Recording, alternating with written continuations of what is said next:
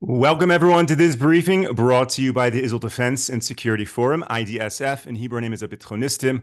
IDSF is the leading Israeli organization advocating for strong national security to defend Israel. Thank you so much to all of our viewers and supporters for tuning into this briefing so that we can really bring you behind the headlines of what is happening here in Israel. It's a great pleasure to be joined today by Yishai Fleischer. Yishai is the international spokesperson for Chevron. Yishai, thank you so much for joining. Thank you, Moshe. Yishai, there's a lot we can discuss and a lot of questions I have for you. We'll see if we run out of time. But let's start with something that's really in the news cycle right now, that the Palestinian Authority is promoting themselves as being the potential successors to Hamas in Gaza, that they will be able to run Gaza, govern Gaza in the future. I'm curious what your reactions are, and specifically in light of your intimate knowledge of the PA as far as their successes and failures in Judea, in Samaria, in Hebron. So if we could start off with that, it would be great. Well, here's a coin. You see this coin? And it's got two sides to it. And that's exactly what the PA and Hamas are. It's two sides of the same coin. It's a very sophisticated operation in which one side is jihadist and has jihadist dress and language. And then there's another side which is appeals to the West. It speaks in words in terms like peace and order and talks about the two-state solution, and it wears suits and ties. But it's really two sides of the same coin because both of those are jihadist organizations, just with a little different flavor.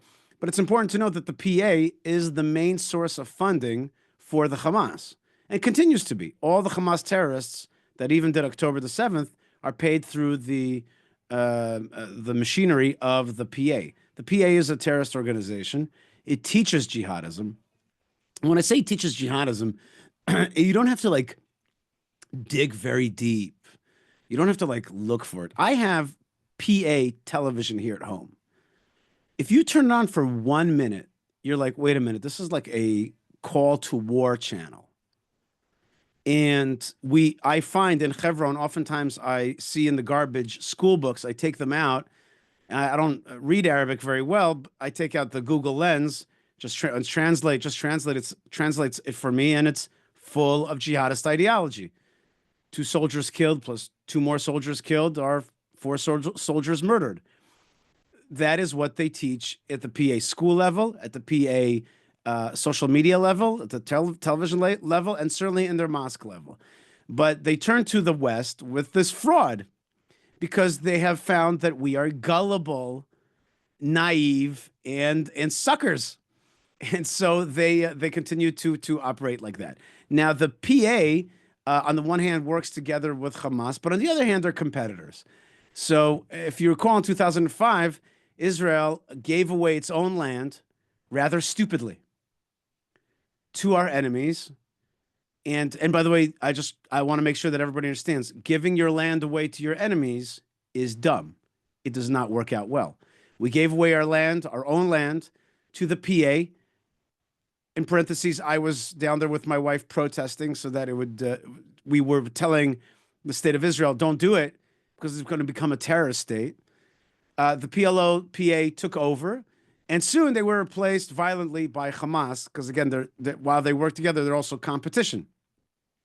And Hamas wanted a so-called state of their own, a chunk of land that they could use. And what they did in those years between 2005 and 2023 is turn Gaza into one big terror base. I have to add, right underneath our nose, right? The highly regarded Israeli intelligence services missed that little thing that they were creating a terror tunnel system right underneath our nose, right next door. And so the PA immediately gave way to the Hamas. I like to call the PA a gateway drug. Remember that term, gateway drug? Okay, they're like a gateway drug. They start off, but then it becomes totally jihadist. And so too in the town of Hebron, which is nominally controlled by the PA-PLO. In fact, its spirit is totally Hamas. And I must tell you that the mayor of Arab Hebron today is a guy by the name of Tiasir Abu Snena. And he's a guy that in 1980 was part of a cell that shot and killed 5 Jews. We know it's the same Tassir Abu Snena because he runs on that campaign. He's like, I kill Jews. I'm really good at it. Give me a chance. Come on, put me in, coach. So that's who we're dealing with. And when they say that they're going to take over Gaza, we should, have a realization. We've already been through this nightmare. Why would we want that again? Now, the problem is, Moshe, is that our beloved leadership and our beloved state of Israel, and I say that without joke, the state of Israel that we are patriots of and that we love so much, has a certain element of incompetence, and for some reason cannot swallow the conclusion, which is so simple and so plain, but seemingly is hard to swallow, which is that nobody is going to be able to govern Gaza except for us. Israel. Israel's the natural governor of that piece of land, which was controlled by Israel under the Maccabees and the Hasmoneans, and under King Solomon, and under Israel from the 70s till 2005. We are the controllers. We should be. We are the natural controllers. Now, President Trump has also issued a very remarkable and new idea. On the face of it, I wouldn't be happy with this idea. I'd be like, hey, why would I want America, right next door? Other than the, possibility that we'll get a Costco and a Target next door, which does sound good to me, quite good. Other than that, it's, why would I want America to control and create a territory that's not really theirs? But given the weakness and ineptitude of the decision making that is hard for Israel to believe that it's going to govern it, I prefer that President Trump and make it into some kind of an American territory as opposed to a jihadist territory. But that's what we find ourselves in. So when I hear that the PLO is talking about that it's reforming itself and it's really ready to take Gaza, it's a mockery, and it is classic Middle East lies, and it only waits for suckers to fall into its trap. If you're a normal Middle Easterner, you just say, come on, buddy, we've been here, we know the truth. And people respect you when you call out lies and when you push back on it. But when you don't, and you actually take it seriously, then you are playing a fool, and that is not the position to be in the Middle East. I want to push back for a moment because what I want to, I guess, understand is let's take for a second that we do not believe that the PA is going to reform. They are that other side of the coin of Hamas, as you said. But if we were to compare Gaza to Judea and Samaria, they're very different. In Judea and Samaria, the PA does govern, so to speak, and it's not a pretty situation with them. But at the same time, you have beautiful cities like Efrat and Ma'ale Adumim and many, many places where Jews are quite safe to be. And Jewish life is thriving despite the difficulties of the PA. So unless you believe that Gaza can become, paradise overnight, maybe there's an argument, and I want you to push back on this. Maybe there's an argument that, well, the PA, if we put them into Gaza, so maybe we can recreate a Judean Samaria type scenario there. Right. So the problem with that analysis is that it's flawed because the truth of the matter is that the PLO, PA controlled cities are really full of arms and jihad. You see the operation that Israel is doing in Jenin, and it'll do it in other places as well. It would do it in Hebron. We have an estimation of about 500,000 illegal weapons, and I think that's a gross underestimation that are found in Arab households. One M16 does one heck of amount of damage. We saw that in that bus attack a few weeks ago. It kills, and one M16 could change the life of a whole bus full of passengers. The terrorists are simply waiting for their turn. They are playing it tactically. They're waiting for their time to operate. Moreover, the PA control, which is jihadist, not because I am trying to call them bad names. I'm telling you, it's in their books. You can go to Palestinian Media Watch and see what they're putting out every single day. Just see the content of what they're teaching. It's just a tinderbox waiting to happen. Moreover, the PA, as I was saying before, is a gateway towards Hamas. So Hebron is a Hamas-controlled city, even though it's nominally run by the PA, and there are others like that. The reason that you conflated, according to that argument, that the relative safety of Jews in Efrat or in Ma'ale Adumim, well, that safety exists because the IDF is strongly found in Judea and Samaria. It surrounds those Arab cities, those PA-controlled cities. It's on our highways. It's in our towns. It's a highly militarized zone. Now, if you want to tell me, let's take that formula and put the military back into Gaza, well, that makes perfect sense to me. That's how we should govern it. We should govern it even smarter than that, I think. But the idea that the PLO is also a land thief, it's also an ethnic cleanser. It believes that Jews should not live in the land of Israel, what they call Palestine. It teaches that throughout the world.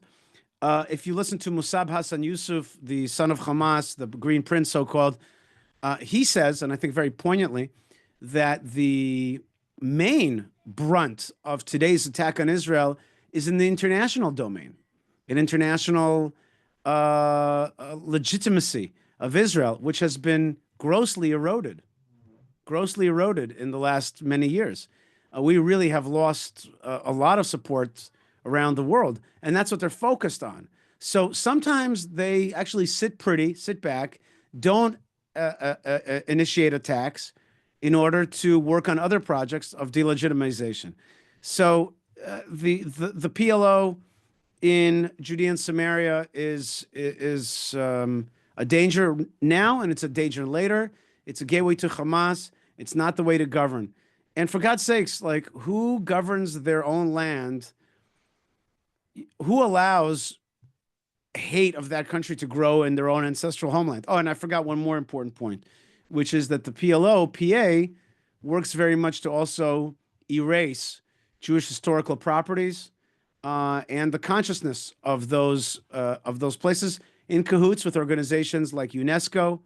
They erase historical assets, rename them Arab and Palestinian. For example, the Tomb of Rachel, which is well known to the Jewish, Christian, and Muslim world for the Christian world has known it for 2,000 years. We have records of it from then. We, of course, know it for 3,800 years. That was renamed by Yasser Arafat, who I mockingly call the great historian, because he was able to erase it and replace it with the idea that a Muslim assistant to Muhammad by the name of Bilal bin Rabah was buried there. He never made it to the land of Israel, but it doesn't matter. They are an erase and replace organization. So on so many different fronts, these people are our enemy. Sadly, the state of Israel has, I can't sit here, Moshe, and honestly throw all the blame on the PLO or the Hamas. I just can't do it honestly, because I just feel that that's a kind of dishonesty, and it's not getting to the root of the problem. The root of the problem is that even our beloved state of Israel continues to channel funds towards the PLO, towards the PA, even though they pay to slay, literally. Israel continues the machinery of funding and does not call to make war on this organization that calls to erase us. By the way, PA maps are always all of the state of Israel. I want to show you, I actually have a piece of paraphernalia from Gaza. I just want to make sure that it's seen. Okay, this piece of paraphernalia is a Hamas. It's a Hamas thing that's found in people's houses, and basically it's the whole state of Israel. And there is a Hamas fighter, and he's on a boat, and this boat is to overcome the Al-Aqsa flood. And here's Al-Aqsa, and this is a knickknack that's found in average Arab homes in Gaza. The goal is to take over the whole of Israel. The goal is to certainly take over all of Jerusalem. That's who we're dealing with. So let's kind of like be real, be Middle Eastern, call a spade, and fight back against this force. What are we asking for here, Moshe? We're asking for a small, safe Jewish state. It is not an imperialist state. It doesn't want other people's lands. The only time it wants other people's lands is when those lands are places that we are attacked from, and then we create secure borders. But generally, we want to live in our land. We want to work in peace and prosperity with our Arab neighbors through the Abraham Accords. But we should not tolerate jihadism in and on our borders. It's just that simple. Yisha, I want to ask you a tough question. Um, you're saying the blame does not entirely lie with the PA. We've made mistakes here in Israel. So what We does it continue to take? make mistakes. What does it take? You know, if October 7th didn't do it, what does it take for Israel to wake up and understand who our partners in peace are and who they are not?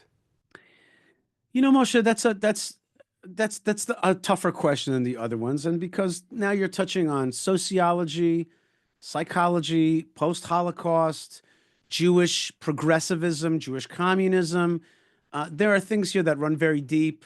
The way the state of Israel was formed is a kind of socialism that governs from a bureaucratic middle and never lends itself to a type of like Trumpist moment or approach. It's a country that runs from a kind of very, what's it called, consensus type way of thinking. Prime Minister Netanyahu is in political circles. It's well known that he's not a warrior in a real sense. He doesn't like war. He doesn't understand war. He understands other things, but maybe he understands economics to some extent, but he does not. And he's a great statesman, but he's not a great warrior. And so you're touching on a lot of stuff. And the way you said it can be said as a question. It can be said as an accusation, which is like, Israel, after October 7th, you're not willing to wake up and destroy your enemies. And I don't have an answer for you exactly. And the reason I don't have an answer for you is because I myself grapple with that question every day, because we are patriots, deep patriots of the rebirth of the Jewish state. It's our passion. It's the reason that you make your show every single day, because we love it so much and we care for it. But how to fix Jewish psychology after the Holocaust and after the things that we've faced is it's not an easy, there's not an easy answer. I will throw out a little thought for you, and it's based in Torah. It's based in the stories, the Jewish lore, which is called Midrash, and it's there to teach you a lesson. It's not necessarily there to reflect reality. Sometimes it's a metaphor or homily. But the midrash that I'm speaking of, and there's a lot of it. There's many midrashim, but there's one that speaks about Noah's Ark. And the midrash, this Jewish lore goes on to say that amongst the many animals that existed on Noah's Ark, there was also one more passenger, and that passenger was actually a giant who lived through before the flood and survived the flood by holding on to the back of the ark. That giant's name was Og. He later became the king of the Golan Heights, the king of the Bashan. He has a lot of literature written about him. Og Melech Bashan, the book of Deuteronomy talks about him and what a giant warrior he was. But the Medrash goes on to say that actually Noah cut a small hole inside of the back of the ark and would feed Og, this giant that was supposed to be wiped out, but managed to stay alive and hang on to the ark. That's what the Midrash says. But the meaning that I would like to ascribe to it is that sometimes we come through horrors, and yet we continue to feed our enemies. Og should have died in the flood. But Noah, who was supposed to be the new generation that passed the flood and started the world over again, actually held on to that past generation and brought that evil into the next iteration of the world. And so too, we, the Jewish people, we passed through the Holocaust, and yet there's something in our psyche that makes us give life again to our enemies. We feed our enemies. We literally fed them in this war. We literally, instead of starving them out and certainly cutting out the fuel and making sure that electricity wouldn't run the turbines that run the tunnel system. We fed them. You could blame it on what's his name, on Biden. Doesn't matter. Bottom line is you fed them. You fed them. Prime Minister Netanyahu and Israel fed our enemies while we warred with them. You, how do you explain that psychology? You'll have to ask a psychologist or a mystic. But that's my analysis of how Israel sometimes runs its wars. It literally feeds the enemies. And if for some of the older folks that are watching this, we can remember the another parable, which is that famous play and movie Little Shop of Horrors, right? Feed me, Seymour. When you start feeding it a little drop of blood, and you end up having to kill people to feed it, and that's an evil. And another way of saying it, yet from the sages, from the Jewish sages, is that he who is kind, who is merciful to the wicked, in the end ends up being wicked to the merciful or to the kind. And that's what the state of Israel does. By feeding this monster, we're actually being we're doing evil to our own citizens, and we're merciful to the wicked. That is a very powerful midrash, and it reminds me of when the Jews left Egypt. They took with them Egyptians who were a thorn in our side in the travels in the desert. Okay, let's switch gears for a moment. It's important, for some of our viewers, for some of your viewers, it's important to understand that these ancient, very Middle Eastern texts sometimes shed light on Middle Eastern's way of thinking. So it helps us understand that this is not just religion. It's really the stuff that makes up the consciousness of this region. Absolutely. Absolutely. Okay, so last topic. We just have a few minutes left. All of this drama and show by Hamas as they are releasing hostages and building stages and all of their propaganda. What do you make of all that? Well, first thing, I don't want anybody to misunderstand the following words. I am a person who believes deeply that you should never underestimate the enemy. And I find that sometimes Jews and pro-Israel people kind of write off Arabs and have a way of talking which is dismissive. It's a mistake. I think the Hamas have a very sophisticated campaign that they're running. It involves video. It involves TikTok. And they're very good at it. And they're in cahoots with China. They're in cahoots with Russia. They're in cahoots with people who are masters of narrative weaving.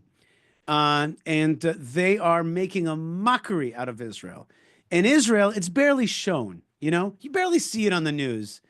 You see it a little here and there. They don't show you that they are making a pageantry out of this hostage release.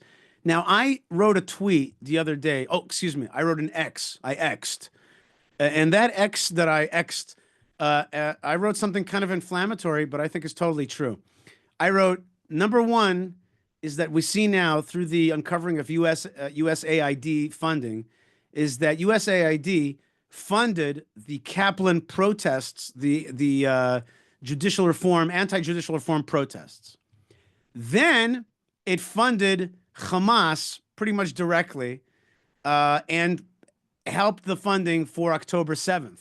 There hasn't been shown a direct linkage to October 7th, but it's obvious. They've gotten hundreds of millions of dollars through USAID that came to Hamas, and that predated the October 7th, so it helped them get ready for that. And I want to say that when October 7th happened, I said, and people thought I was sick. And I said, I don't care what you say, because I said, and it's quoted, and you could find it. I said, you shall see, it will be found that the Biden administration paid for October 7th. You'll see it. And my reasoning was eminently logical. I said, if they just transfer all this money we knew at the time, to Iran, then there's no question that this money is going to flow into Hamas and therefore flowed into October 7th. So the Biden administration paid for October 7th, but now we know that for certain. And I'm going to make another accusation now, which has not been proven yet. The USAID and the Biden administration has also flowed money into the Bring Them Home campaign. The Bring Them Home campaign is a campaign, ostensibly it's beautiful, just just forget everything. Just bring the hostages home. But in fact, it is a machinery to weaken Israel, to weaken our resolve to fight and destroy Hamas, and instead to do anything. Remember, we used to say we don't negotiate with terrorists. That used to be like a line that the West would say and Israel would say, we don't negotiate with terrorists. Today we say, do anything to just get our hostages back home. And that is to our great detriment. Thousands of terrorists have been released with horrific murder on their hands, and they've been released back into Israeli society, basically into Judea and Samaria and eastern Jerusalem and Gaza. Ridiculous. And so, in my opinion, we're getting a lot of promises from Netanyahu. He says, we're going to make sure that Hamas is destroyed and it's not going to govern Gaza. You know what? I don't see it yet. I don't see it. What I see is a hell of a play by Hamas to abduct successfully, to hold on to our abductees successfully, and to now release them at their pace with their pageantry and make Israel look weak. This is not the Israel of Yoni Netanyahu and the Air France Uganda and Entebbe mission. This is something else completely, and it is a show of Israeli weakness. There were moments of strength, certainly the beeper operation and the taking of the Hermon mountain range, but I wouldn't go around handing everybody a golden beeper just yet. I just wouldn't be handing out the golden beeper to everybody. I would be a little bit more circumspect and say, the bad guys are still very much extant. And this 500-day war has yielded not a total victory. And in fact, we're playing into their script. And I respect our enemy, Hamas. I applaud them for their brutal tactics and their social media narrative play. They are good at what they do.